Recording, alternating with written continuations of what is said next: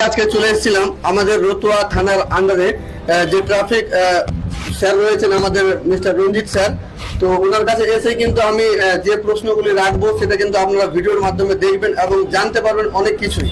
তো এই ভিডিওতে কিন্তু জানা যাবে যে আপনি কোন কোন ভুল কাজ করতে গেলে কিন্তু আপনার বাইকে বা গাড়িতে কিন্তু চালান খেয়ে যেতে পারেন বা ফাইন লেগে যেতে পারে আপনার।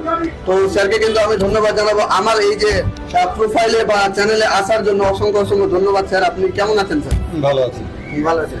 তো স্যার আপনার কাছে যে আমি যেটার জন্য এসেছি বিশেষ কারণ হচ্ছে যে আমাদের যে গাড়ি রাস্তাঘাটে গাড়ি চালাতে গেলে যে ভুলগুলো হয়, তো সেই ভুলগুলোর জন্য যে আমরা ফাইন পেয়ে যাই, তো কোন কোন ভুল করতে গেলে যে আমরা ফাইন পাবো না বা আমরা কোন কোন ভুল করতে গেলে আমরা ফাইনটা খেতে পারি, আপনি একটু আমাদের জানাবেন।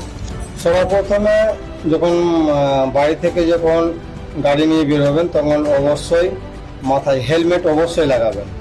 দুজন থাকলে দুজনই হেলমেট লাগাবেন। ড্রাইভিং লাইসেন্স সঙ্গে রাখবেন। যদি না থাকে ড্রাইভিং লাইসেন্সের ফটোকপিটা মোবাইলে রাখবেন। আর তো বন্ধুরা দেখতেই পেলেন স্যার কিন্তু বলে দিল প্রথমে তো বাড়ি থেকে বেরোতে গেলে হেলমেট লাগবে অবশ্যই। এটা কারণ হচ্ছে যে সবচেয়ে প্রথমেই কিন্তু আপনার সেফটি আমার সেফটি। বাইক যদি চলে যায় তাহলে বাইক কিন্তু পেয়ে যাবেন, কিন্তু আমি বা আপনি যদি চলে যান তাহলে কিন্তু ওটা আর ফিরে পাবেন না।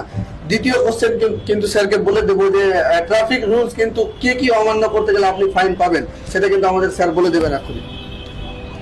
আমাদের এইদিকে তো সিগন্যাল নয়, কিন্তু টাউনে আছে সিগন্যাল ভায়োলেশন করবেন না। সিগন্যাল ভায়োলেশন করলে তারও ফাইন আছে। নো পার্কিংয়ে গাড়ি রাখবেন না। আর গাড়ি চালাতে চালাতে সবটাতে মারাত্মক যেটা হয়, গাড়ি চালাতে চালাতে কানে হেডফোন লাগিয়ে এইভাবে করে কথা বলতে বলতে যায়, মোবাইল এই হেলমেটের মধ্যে মোবাইল ভরে দিয়ে কথা বলতে বলতে যায়, এটা কখনো করবেন না।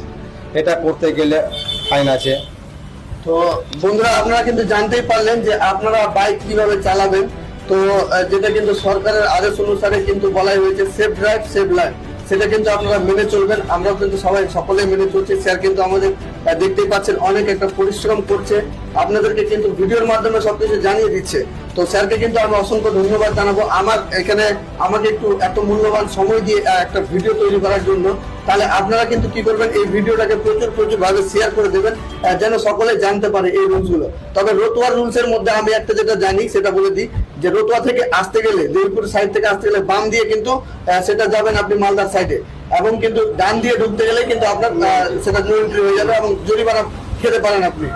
তো স্যারকে অসংখ্য ধন্যবাদ আমাকে এত সুন্দর একটা মূল্যবান সময় দেওয়ার জন্য। স্যার আপনার কি বক্তব্য আপনি একটু বলে দেন।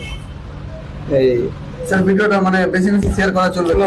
হ্যাঁ, অবশ্যই এই চ্যানেলটা এই এসে জয় ভাই এসছে যে